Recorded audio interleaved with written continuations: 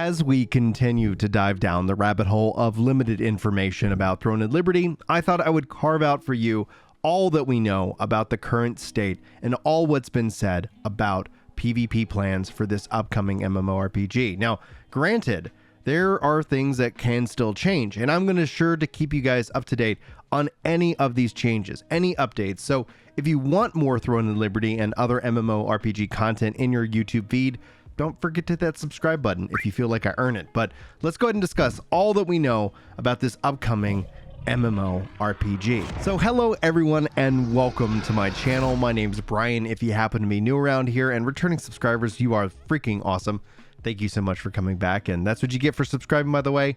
Additional compliments or comments, one of the two, at the start of these videos. Now, all that we know so far is originally it has been stated that Throne and Liberty would actually be an open PvP system, but from the latest dev update, that appears to actually have been changed. Before, there was this karma system called Evil Deeds that would punish you or other players for PKing, player killing, other players out there. But now, from the last dev update, zones are actually considered safe zones and PvP is not forced. But there's a couple of little asterisks that we'll revisit here, and I'm going to give you guys my thoughts as well in just a few minutes.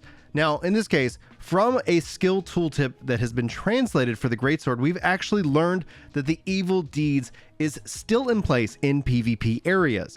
And it states that for Evil Deeds, that during the day that it's on, and during night, it's off. And so day cycles last 4 hours in real time, and night cycles last 1 hour in real time. But also, guys, just as a shout out, I'm going to include all of my information and sources in the description of this video. So if you guys want to go read everything that the community is gathering together, check out the description. You'll see all my sources down there, but also you'll see a link for my comedy channel. I do stand-up comedy, and I'm going to be posting all of my bits and shorts and stuff over on Ginger Prime Comedy. Be sure to check that out.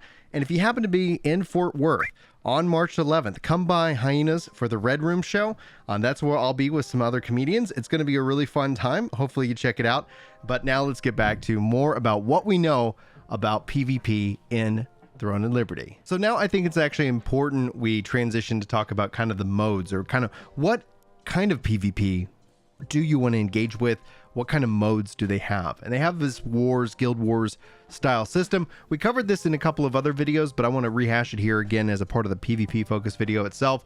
Basically, this is where guilds, wars, teams, your friends, your clans, all that, battle over open world objectives that you can actually own. Only the guilds can own these objectives, though, and obviously this is also going to have weather will have an impact on how this is all played out. But the objectives for this is that you're going to go after something called the Blessing Stone and the Dimension Stone. Together, these stones are actually called the Possession Stones themselves. Now, having these stones will allow you to enhance your guild capabilities, as well as procurement for various necessary raw materials. So there's going to be a real advantage to obviously doing this kind of content, controlling these resources, and then most likely listing them for sale on the markets and being able to get a leg up over other players out there in the world.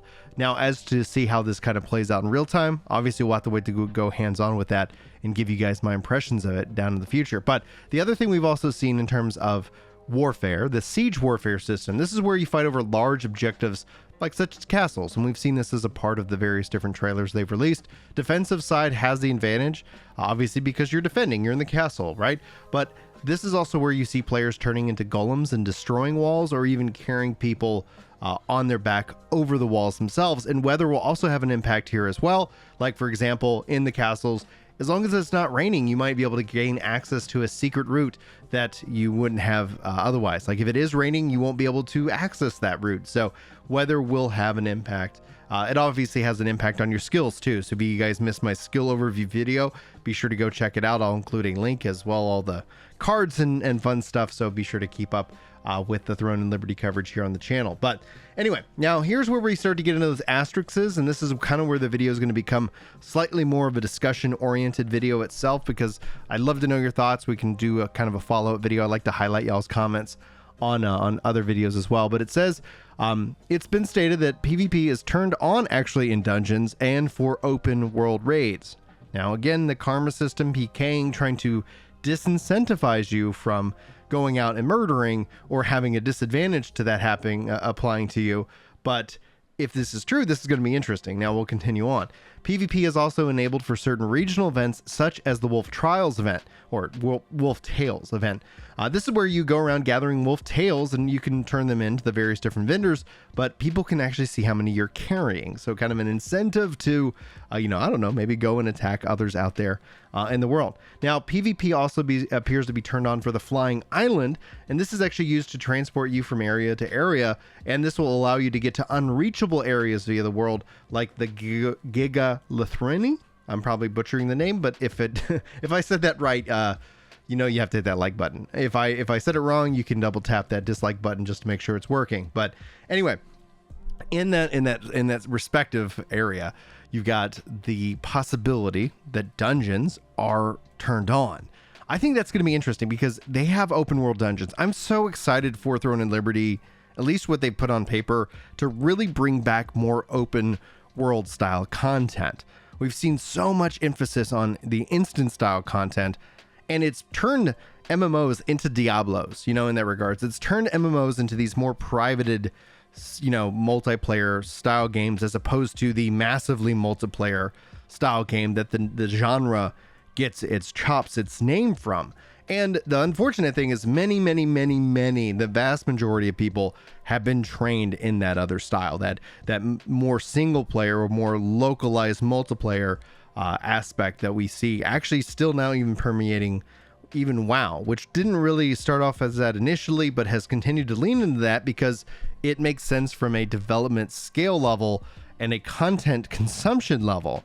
But the open world, I think, is one of the things that really makes a big difference. That being said, if you do have a lot of the open world where it's not safe to be, the hope is that it gives the player the option, right? Like, the hope is, just like we don't see where you're forced to do PvP if you don't want to do PvP. I don't want somebody who does not want to ever touch PvP to have to do PvP in this game, because we know the data, the science and the numbers and the scale don't necessarily align with that. I know we get a lot of voices online that want that full loot, that want that always on PvP, and that's great, but that's maybe what, 200,000 people, 300,000 people, and roughly speaking, it doesn't necessarily translate to like vast sustainability in terms of the market. Will the market bear that level and that focus? And the answer is, time and time again, no. Now, if I was ever to be proven wrong on that, I would be thrilled, because I align with that small minority.